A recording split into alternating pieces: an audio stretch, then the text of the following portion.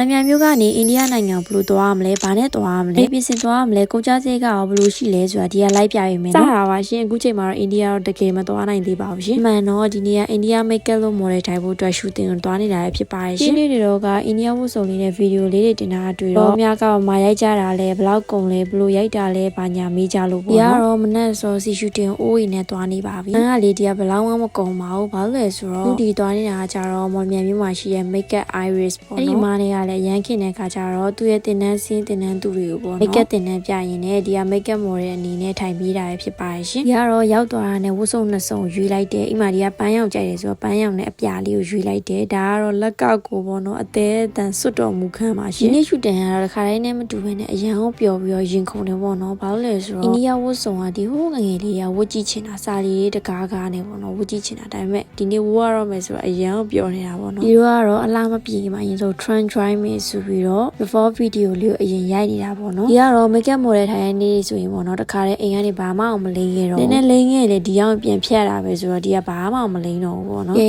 ကြည့်ပါဦးသူတယောက်ပဲတက်ကြွတဲ့ကြက်ဖားဖြစ်နေတာပေါ့နော် makeup လိမ့်တဲ့အဆင့်တွေတော့မထည့်တော့ဘူးပေါ့နော်ဘာလို့လဲဆိုတော့ဒီမှာ RS လက်ကလေအရန်နူးညံ့သူ့လက်ကဒီမျက်နှာပေါ်တင်ပြီးဆိုအလိုလိုအိပ်ပျော်တာပေါ့နော်လုံးဝအိပ်ငိုက်ပြီးတော့အိပ်ပျော်ချင်တာပါကဲဒါဆိုရင်တော့အလားပြင်ပြီးသွားပါပြီအခုကတော့မျက်နှာပဲပြင်ရသေးတာပေါ့နော်တက်စရာရှိရည်တက်ရပါအောင်မယ်ဒီနဖူးထိတ်မှာတက်တဲ့ဟာကျတော့ဒီခေါ်လို့မတက်လို့ပေါ့နော်အဲ့ဒီဟာတက်တဲ့အချိန်ဒီအရန်ကြိုက်တယ်ပေါ့နော်အရန်လှရလို့လက်ခံစားရတယ်အခုကဒီက makeup model လက်ထိုင်နေဆိုပေမဲ့ဒီလိုမျိုးလှလှလေးတွေပြင်ပြီးတော့လှလှလေးတွေဝတ်ပြီးတော့ရိုက်ချင်တယ်ပြင်ချင်တာမျိုးရှိတော့အခုပြောတဲ့ makeup artist မ Iris နှင်းကိုဆက်သွယ်လို့ရပါတယ်ရှင်ဒီဆိုရင်ပွဲတော်များဆိုရင်ဒီမှာ Iris နှင်းနဲ့ပြင်လဲပြင်ဖြစ်တယ်ပေါ့နော်ဒီအမရဲ့လက်ရနဲ့ထိပြီးဆိုရင်လုံးဝမလှမှာတော့ဆွေးစရာမလိုလုံးဝလှပြီးတော့ကြော့ရှင်နေစရာပါမယ်ရှင်ဒါကတော့ဗီဒီယိုတွေတစ်ပုတ်တွေရိုက်နေပြီဆိုတော့ပေါ့နော် post ပေးနေပါပြီရှင်ဒီအမနဲ့ပြင်ချင်နေဆိုရင်တော့သူ့မှာ TikTok account လည်းရှိတယ်ဒီ TikTok account လေးကကျတော့ mention ခေါ်လို့မရလို့ပေါ့ဒါကြောင့်မို့လို့ဒီက caption မှာဒီအမရဲ့ဖုန်းနံပါတ်လေးကိုထည့်ထားပေးမယ်ကိုပါကိုဆက်သွယ်လို့ရပါတယ်နော်ကဲတခုပြောပြမယ်တိလားအခုဗီဒီယိုကလေလုံးဝ